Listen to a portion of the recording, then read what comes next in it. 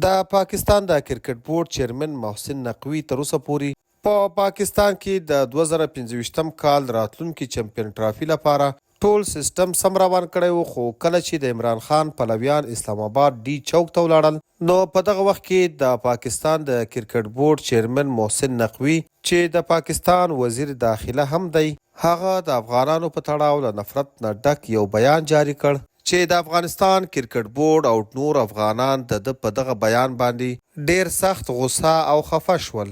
او اوس داسې ښکاري چې نن کوم میټینګ ترسره کیږي نو په دغه میټینګ کې به د افغانستان ووټ له پاکستان څخه هندوستان ته ځي. افغان کرکټ بورډ چې د چمپیون ټرافي لپاره په خپل فیسبوک باندې کوم پوسټونه کړي وو او د پاکستان حمایت یې کړی وو، افغان کرکټ بورډ هغه ټول پوسټونه ډیلیټ کړي دي.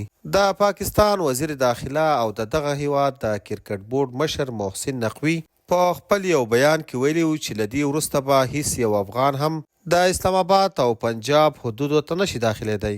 نو همداسې د افغانستان کرکټ بورډ هم فیصله کړې ده چې که دوی افغانان د پنجاب او اسلام آباد حدودو ته نه پرېږدي نو د چمپیون ټرافي لوبې هم اکثره په پنجاب کې ترسره کیږي. نو کله چې افغانان د خپل کرکټ ټیم د لوبو د کتلو لپاره پنجاب ته نشي تللی نو افغانستان هم فیصله کړې ده چې په پاکستان کې به لوبې نه کوي. او ویل کیږي چې د افغانستان کرکټ بورډ ICC ته خط لیږلی دی چې زموږ د چمپیون ټرافي لوبې دي له پاکستان څخه بل هیواد ته انتقال کړي. ملګرو، تاسو یې په اړه څه نظر لرئ؟ خپل نظر مو راسره په کمنټ کې خامخا شریک کړئ.